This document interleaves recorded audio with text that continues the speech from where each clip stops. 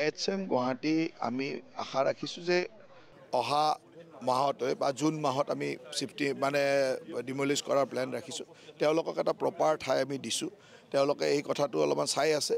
তেওঁলোকৰো কিছু আপত্তি আছিল। এই গোটেইখিনি ঠিক ঠাক কৰিলে মই ভাবোঁ যে জুন মাহত আমি চাগে IHMখন ইয়াৰ পৰা মানে উঠাই দিব পাৰিম। আৰু শিফ্ট ক'ত কৰিব?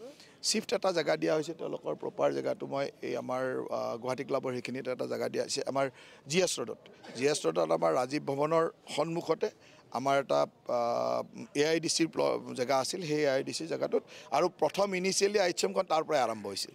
IHM গুৱাহাটীত যেতিয়া আহিছিল প্ৰথম তাতে আৰম্ভ হৈছিল, তাৰপিছতে ইয়ালৈ আহিছিল। সেই জেগালৈকে আমি শিফটিং কৰিবৰ কাৰণে তেওঁলোকক দিছোঁ। তাৰপিছত আমি আৰু বেলেগ সুবিধা ক'ত হয় চাই ল'ম। আৰু জিঞ্জাৰখন কেতিয়া ডিমলিছ হ'ব? জিঞ্জাৰ হয়তো আগষ্ট তেওঁলোকৰ লগত অকণমান নিগচিয়েশ্যন আছে। তেওঁলোকৰ মানে কম্পেনচেশ্যনক নিগচিয়েশ্যন অলপ আছে, সেইখিনি চাই লওঁ কেতিয়ালৈ। আৰু শিফ্ট ক'ত হ'ব সেইখন? তেওঁলোককো মাতি দিছোঁ, তেওঁলোকে এতিয়ালৈকে চইচ কৰি ওলোৱা নাই। কিন্তু মোটামুটিকৈ সকলোকে আমি জেগা দেখাই দিছোঁ, যোনে যিমান সোনকাল যাব পাৰে। এই বছৰৰ ভিতৰত আমি গোটেইখিনি মানে ভাঙি পেলোৱাৰ পৰিকল্পনাত আছোঁ।